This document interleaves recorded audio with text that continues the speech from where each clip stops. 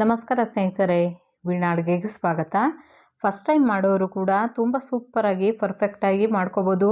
Egg sponge ಕೇಕ್ನ ತುಂಬ ಇಷ್ಟಪಡ್ತಾರೆ ಮನೆಯಲ್ಲಿ, ಮಕ್ಕಳಿಗೆ ಎಲ್ಲರಿಗೂ ಇಷ್ಟ ಆಗುತ್ತೆ. ಹೇಗೆ ಮಾಡೋದು ಅಂತ ನೋಡೋಣ ಬನ್ನಿ. ಅದಕ್ಕಿಂತ ಮೊದಲು ವೀಣಾ ಅಡುಗೆ ಚಾನಲ್ನ ಪ್ಲೀಸ್ ಸಬ್ಸ್ಕ್ರೈಬ್ ಮಾಡ್ಕೊಳ್ಳಿ, ಹಾಗೆ ಬೆಲ್ ಬಟನ್ನ ಕ್ಲಿಕ್ ಮಾಡ್ಕೊಳ್ಳಿ. ಹೀಗೆ ಮಾಡೋದ್ರಿಂದ ನಾನು ಹಾಕೋ ವಿಡಿಯೋನ ನೀವೇ ಮೊದಲಿಗೆ ನೋಡ್ಬೋದು. ಒಂದು ಮಿಕ್ಸಿ ಜಾರ್ಗೆ 3 ಮೊಟ್ಟೆನ ಒಡೆದ್ಬಿಟ್ಟು ಹಾಕೋಬೇಕು. ಈಗ ಇದಕ್ಕೆ 1 ಕಪ್ಪಷ್ಟು ಸಕ್ಕರೆನ ಪುಡಿನ ಮಾಡ್ಕೊಂಡಿರೋದನ್ನ ಹಾಕೋತಾ ಇದ್ದೀನಿ ನಾನು. ಈಗ ಇದನ್ನು ಚೆನ್ನಾಗಿ ಹೊಂದೋ ರೀತಿ ಇದನ್ನು ರುಬ್ಕೋಬೇಕು. ಚೆನ್ನಾಗೆಲ್ಲ ಮಿಕ್ಸ್ ಆಗಬೇಕು ಮೊಟ್ಟೆ ಮತ್ತು ಸಕ್ಕರೆ, ಆ ರೀತಿ ರುಬ್ಕೋಬೇಕು. ಈಗ ಈ ರೀತಿ ರುಬ್ಕೊಂಡಿದ್ದೀನಿ. ಈಗ ಇದಕ್ಕೆ 1 ಟೀ ಸ್ಪೂನಷ್ಟು ವೆನಿಲಾ ಎಸೆನ್ಸ್ನ ಹಾಕೋಬೇಕು. 1/4 ಕಪ್ಪಷ್ಟು ರೀಫೈಂಡ್ ಆಯಿಲು ಅಥವಾ ಸನ್ ಪ್ಯೂರ್ನ ಹಾಕೋಬೇಕು. ಯಾವುದೇ ಕಡಲೆಕಾಯಿ ಎಣ್ಣೆ ಹಾಕ್ಕೊಳ್ಬಾರ್ದು, ತುಂಬ ಘಮ ಬರುವಂಥ ಎಣ್ಣೆನ ಹಾಕ್ಕೊಳ್ಬಾರ್ದು. ಮತ್ತು ಇದನ್ನು ಹಾಗೆ ರುಬ್ಕೋಬೇಕು ಚೆನ್ನಾಗಿ, ಎಣ್ಣೆ ಎಲ್ಲ ಮಿಕ್ಸ್ ಆಗಬೇಕು. ಈ ರೀತಿ ರುಬ್ಕೊಂಡಿದ್ದೀನಿ. ಈಗ ಇದನ್ನು ತೆಗೆದಿಟ್ಕೊಳ್ಳೋಣ.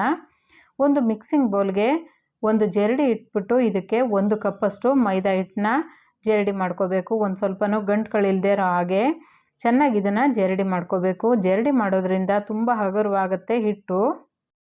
ಕೇಕಿಗೆ ಜರಡಿ ಮಾಡಿ ಹಾಕೋಬೇಕಾಗತ್ತೆ ಹಿಟ್ಟನ್ನು. ಈಗ ನಾವಿಲ್ಲಿ ರುಬ್ಬಿಟ್ಕೊಂಡಿದ್ವಲ್ಲ ಮೊಟ್ಟೆ ಮತ್ತು ಸಕ್ಕರೆನ ಇದನ್ನು ಸೇರಿಸ್ಕೊಳ್ಳೋಣ. ಚೆನ್ನಾಗಿ ಇದನ್ನು ಫಿಸ್ಕರ್ ಸಹಾಯದಿಂದ ಗಂಟುಗಳಿಲ್ಲದೆ ಇರೋ ಹಾಗೆ ಒಂದೇ ಡೈರೆಕ್ಷನ್ನಲ್ಲಿ ಮಿಕ್ಸ್ ಮಾಡ್ಕೋಬೇಕು. ಹಾಗೆ ತುಂಬ ಜೋರಾಗೂ ಮಿಕ್ಸ್ ಮಾಡಬಾರ್ದು. ಆ ರೀತಿ ಎಲ್ಲನೂ ಒಂದು ಸಲ ಚೆನ್ನಾಗಿ ಹೊಂದೋ ರೀತಿ ಮಿಕ್ಸ್ ಮಾಡ್ಕೋಬೇಕು. ಈಗ ರುಬ್ಬಿಟ್ಕೊಂಡಿರೋ ಅಂಥ ಉಳಿದಿರೋದನ್ನ ಎಲ್ಲನೂ ಸೇರಿಸ್ಕೊಂಡು ಈಗ ಎಲ್ಲನೂ ಒಂದು ಸಲ ಚೆನ್ನಾಗಿ ಇದನ್ನು ಹಿಟ್ಟನ್ನು ಮತ್ತು ಮಿಕ್ಸಿ ಮಾಡಿ ಇಟ್ಕೊಂಡಿದ್ದೀವಲ್ಲ ಮೊಟ್ಟೆ ಎಲ್ಲನೂ ಚೆನ್ನಾಗಿ ಹೊಂದ್ಕೋಬೇಕು. ಆ ರೀತಿ ಮಿಕ್ಸ್ ಮಾಡ್ಕೋಬೇಕು. ಇದನ್ನು ಈ ರೀತಿ ಚೆನ್ನಾಗಿ ಇದನ್ನು ಮಿಕ್ಸ್ ಮಾಡ್ಕೊಳ್ಳೋಣ. ಚೆನ್ನಾಗೆಲ್ಲನೂ ಈ ರೀತಿ ಮಿಕ್ಸ್ ಮಾಡ್ಕೋಬೇಕು. ಈಗ ಇದಕ್ಕೆ ಸ್ವಲ್ಪನೇ ಹಾಲನ್ನ ಸೇರಿಸ್ಕೋಬೇಕು. ಹಾಲನ್ನ ಕಾಯಿಸಿ ಆರಿಸಿರೋವಂಥ ಹಾಲನ್ನ ಹಾಕ್ಕೋಬೇಕು. 1-2 ಟೇಬಲ್ ಸ್ಪೂನಷ್ಟು ಹಾಕ್ಕೊಂಡಿದ್ದೀನಿ. ಚೆನ್ನಾಗಿ ಇದನ್ನು ಎಲ್ಲನೂ ಒಂದು ಸಲ ಮಿಕ್ಸ್ ಮಾಡ್ಕೋಬೇಕು. ಈಗ ಇದಕ್ಕೆ 1 ಟೀ ಸ್ಪೂನಷ್ಟು ಬೇಕಿಂಗ್ ಪೌಡರ್ನ ಹಾಕೋಬೇಕು. ಈ ರೀತಿ ಸಮವಾಗಿ ಮಾಡಿಕೊಂಡು ಹಾಕೋಬೇಕು. 1/2 ಟೀ ಸ್ಪೂನಷ್ಟು ಬೇಕಿಂಗ್ ಸೋಡಾನ ಹಾಕೋಬೇಕು. ಮನೇಲಿ ಅಡುಗೆ ದೋಸೆಗೆಲ್ಲ ಹಾಕ್ತೀವಲ್ಲ ಅಡುಗೆ ಸೋಡಾ, ಇದನ್ನು 1/2 ಟೀ ಸ್ಪೂನಷ್ಟು ಹಾಕೊಳ್ಳೋಣ. ಇದಕ್ಕೆ 1 ಟೀ ಸ್ಪೂನಷ್ಟು ಹಾಲನ್ನ ಸೇರಿಸ್ಕೊಳ್ಳೋಣ. ಈಗ ಇದನ್ನು ಬೇಗ ಹಾಗೆ ಒಂದೇ ಡೈರೆಕ್ಷನಲ್ಲಿ ಮಿಕ್ಸ್ ಮಾಡ್ಕೋಬೇಕು. ಎಲ್ಲನೂ ಚೆನ್ನಾಗಿ ಹೊಂದೋ ರೀತಿ ಇದನ್ನು ಮಿಕ್ಸ್ ಮಾಡ್ಕೋಬೇಕು. ಈ ರೀತಿ ಎಲ್ಲನೂ ಒಂದು ಸಲ ಚೆನ್ನಾಗಿ ಇದನ್ನು ಮಿಕ್ಸ್ ಮಾಡಿಕೊಂಡು ಈಗ ಎಲ್ಲ ರೆಡಿ ಆಗಿದೆ. ಈಗ ಕೇಕ್ ಬ್ಯಾಟರು ಈ ರೀತಿ ರೆಡಿಯಾಗಿದೆ. ಒಂದೇ ಡೈರೆಕ್ಷನಲ್ಲಿ ಈ ರೀತಿ ಮಿಕ್ಸ್ ಮಾಡ್ಕೋಬೇಕು. ಕರೆಕ್ಟಾಗಿದೆ ಇದು. ನಾನಿಲ್ಲಿ ಕುಕ್ಕರ್ನಲ್ಲಿ ಮಾಡ್ತಿರೋದ್ರಿಂದ ಕುಕ್ಕರ್ನಲ್ಲಿ ಕೇಕ್ ಮಾಡೋದನ್ನ ತೋರಿಸ್ತಾ ಇದ್ದೀನಿ. ಕುಕ್ಕರ್ಗೆ ಎಣ್ಣೆ ಎಲ್ಲ ಸವರ್ಕೊಂಡಿದ್ದೀನಿ, ಹಾಗೆ ಬಟರ್ ಪೇಪರು ಸಹ ಹಾಕ್ಕೊಂಡಿದ್ದೀನಿ. ಬಟರ್ ಪೇಪರ್ ಇಲ್ಲ ಅಂತ ಅನ್ನೋರು ಎಣ್ಣೆ ಎಲ್ಲ ಚೆನ್ನಾಗಿ ಕುಕ್ಕರ್ಗೆ ಹಚ್ಚಿಬಿಟ್ಟು ಈಗ ಇದಕ್ಕೆ ಸ್ವಲ್ಪ ಡಸ್ಟ್ ಮಾಡ್ಕೋಬೇಕು. ಮೈದಾ ಹಿಟ್ಟನ್ನು ಸ್ವಲ್ಪ ಚೆನ್ನಾಗಿ ಎಲ್ಲ ಕಡೆನೂ ಉದುರಿಸ್ಕೊಂಡು ಹಾಗೆ ಉಳಿದಿರೋ ಹಿಟ್ಟನ್ನು ತೆಗೆದುಬಿಡಬೇಕು, ಎಕ್ಸ್ಟ್ರಾ ಬರೋದನ್ನ. ಈ ರೀತಿ ಎಲ್ಲನೂ ಈ ರೀತಿ ಚೆನ್ನಾಗಿ ಹರಡ್ಕೋಬೇಕಾಗತ್ತೆ. ಕೇಕು ಒಂದು ಸ್ವಲ್ಪನೂ ಕಚ್ಕೊಳ್ಳೋದಿಲ್ಲ ಕುಕ್ಕರ್ಗೆ. ಈಗ ಎಲ್ಲ ರೆಡಿ ಮಾಡಿ ಇಟ್ಕೊಂಡಿದ್ದೀವಲ್ಲ ಬ್ಯಾಟರ್ನ, ಇದನ್ನು ಹಾಕೊಳ್ಳೋಣ ಕುಕ್ಕರ್ಗೆ. ಎಲ್ಲನೂ ಕುಕ್ಕರ್ಗೆ ಬೇಗ ಹಾಕ್ಕೋಬೇಕು. ಹಾಗೆ 1-2 ಸಾರಿ ಟ್ಯಾಪ್ ಮಾಡ್ಕೋಬೇಕಾಗತ್ತೆ. ನಾನಿಲ್ಲಿ ಗ್ಯಾಸ್ ಆನ್ ಮಾಡಿ ತವ ಇಟ್ಟಿದ್ದೀನಿ. 5 ನಿಮಿಷ ಕಾಲ ತವ ಚೆನ್ನಾಗಿ ಕಾಯಿಸ್ಕೋಬೇಕಾಗತ್ತೆ. ತುಂಬ ಬಿಸಿ ಇರಬೇಕು ಇದು. ಈಗ ಕುಕ್ಕರ್ ಇಟ್ಟು ಹಾಗೆ ಕುಕ್ಕರ್ ಮುಚ್ಚಳ ಮುಚ್ಚಿಬಿಟ್ಟು ಇದನ್ನು 45ರಿಂದ 50 ನಿಮಿಷ ಕಾಲ ಹಾಗೆ ಲೋ ಫ್ಲೇಮ್ನಲ್ಲೇ ಇದನ್ನು ಬೇಯಿಸ್ಕೋಬೇಕಾಗತ್ತೆ. ಕೇಕು ಬೆಂದಿದೆಯಾ ಅಂತ ಅಂದ್ಬಿಟ್ಟು ಒಂದು ಸಲ ಚೆಕ್ ಮಾಡ್ಕೋಬೇಕು.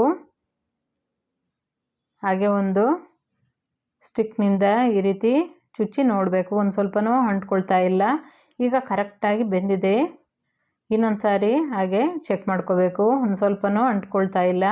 ಈಗ ಚೆನ್ನಾಗಿ ಬೆಂದಿದೆ. ಈಗ ಗ್ಯಾಸ್ನ ಆಫ್ ಮಾಡ್ಕೊಳ್ಳೋಣ.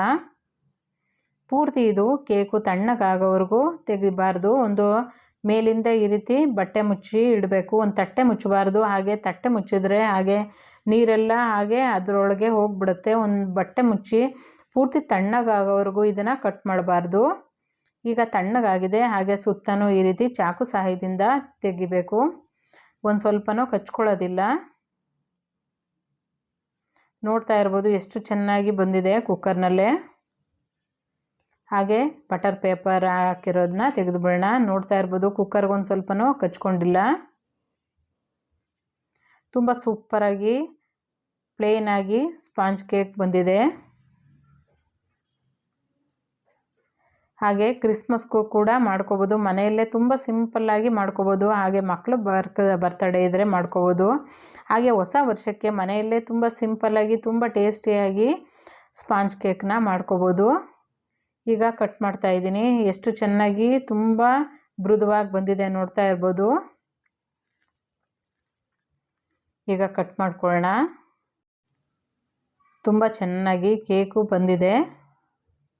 ನೋಡ್ತಾ ಇರ್ಬೋದು ಎಷ್ಟು ಚೆನ್ನಾಗಿ ಬೇಕ್ರಿ ಸ್ಟೈಲ್ನಲ್ಲೇ ಬಂದಿದೆ. ತುಂಬ ಮೃದುವಾಗಿ ತುಂಬ ಸ್ಪಂಜಾಗಿ ನೋಡಿ ಎಷ್ಟು ಚೆನ್ನಾಗಿ ಬಂದಿದೆ. ತುಂಬ ಈಸಿಯಾಗಿ ಮಾಡ್ಕೋಬೋದು ಮನೆಯಲ್ಲೇ. ಹೊಸಬ್ರು ಸಹ ಫಸ್ಟ್ ಟೈಮ್ ಮಾಡೋರು ತುಂಬ ಭಯ ಪಡ್ದೇ ಈ ರೀತಿ ಮಾಡ್ಕೋಬೋದು. ತುಂಬ ಟೇಸ್ಟಾಗಿರುತ್ತೆ. ಮನೆಯಲ್ಲೇ ಮಾಡಿರೋದು ಖುಷಿನೂ ಸಹ ಇರುತ್ತೆ. ಹಾಗೆ ಹೊಸ ವರ್ಷಕ್ಕೆ ಹಾಗೆ ಕ್ರಿಸ್ಮಸ್ ಬರ್ತಾ ಇರೋದ್ರಿಂದ ಮನೆಯಲ್ಲೇ ಈ ರೀತಿ ಮಾಡಿ ಮಕ್ಕಳಿಗೆ ಕೊಡ್ಬೋದು. ತುಂಬ ಇಷ್ಟಪಟ್ಟು ತಿಂತಾರೆ. ಮನೆಯಲ್ಲಿ ಎಲ್ಲರಿಗೂ ಇಷ್ಟ ಆಗುತ್ತೆ. ಮನೆಯಲ್ಲಿ ಮಕ್ಕಳು ಬರ್ತಡೇ ಇದ್ದರೆ ನೀವೇ ಕೈಯಾರ ಮನೆಯಲ್ಲಿ ಮಾಡಿಕೊಡ್ಬೋದು. ತುಂಬ ಆರೋಗ್ಯವಾಗೂ ಇರುತ್ತೆ. ಹಾಗೆ ಹೆಲ್ತಿ ರೆಸಿಪಿ ಅಂತಲೇ ಹೇಳ್ಬೋದು. ಮೊಟ್ಟೆ ಹಾಕಿರೋದ್ರಿಂದ ತುಂಬ ಹೆಲ್ತಿ ಕೂಡ. ಒಂದು ಸಲ ಈ ವಿಧಾನದಲ್ಲಿ ಟ್ರೈ ಮಾಡಿ ಸ್ನೇಹಿತರೆ. ತುಂಬ ರುಚಿಯಾಗಿರುವಂಥ ರೆಸಿಪಿ. ಹಾಗೆ ತುಂಬ ಸ್ಪಂಜಾಗಿ ಬಂದಿದೆ. ನೋಡ್ತಾ ಇರ್ಬೋದು ಎಗ್ ಸ್ಪಾಂಜ್ ಕೇಕು.